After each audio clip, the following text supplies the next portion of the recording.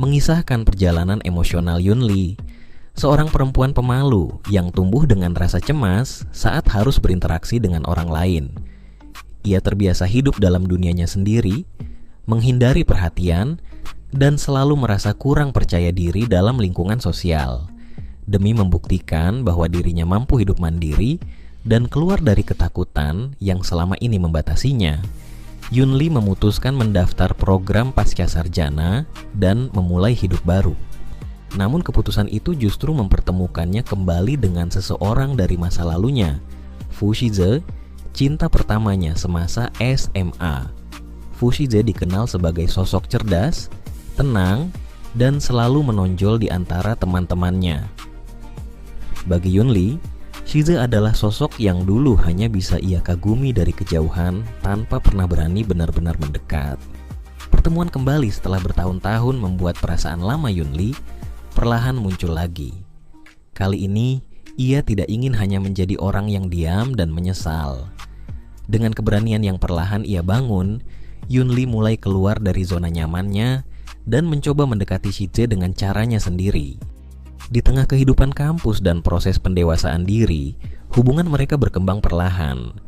Shize mulai melihat sisi tulus dan hangat dari Yunli yang selama ini tersembunyi di balik sifat pendiamnya. Sementara Yunli belajar bahwa dicintai tidak selalu sesulit yang ia bayangkan. Namun hubungan mereka tidak berjalan mulus. Trauma masa lalu, ketakutan pribadi, serta perbedaan cara menghadapi hidup perlahan menciptakan jarak di antara keduanya. Perasaan yang sempat tumbuh harus terhenti ketika keadaan memaksa mereka memilih jalan masing-masing. Beberapa tahun kemudian, hidup mempertemukan mereka kembali. Fu Shize kini telah menjadi peneliti terkemuka yang sukses membangun karirnya.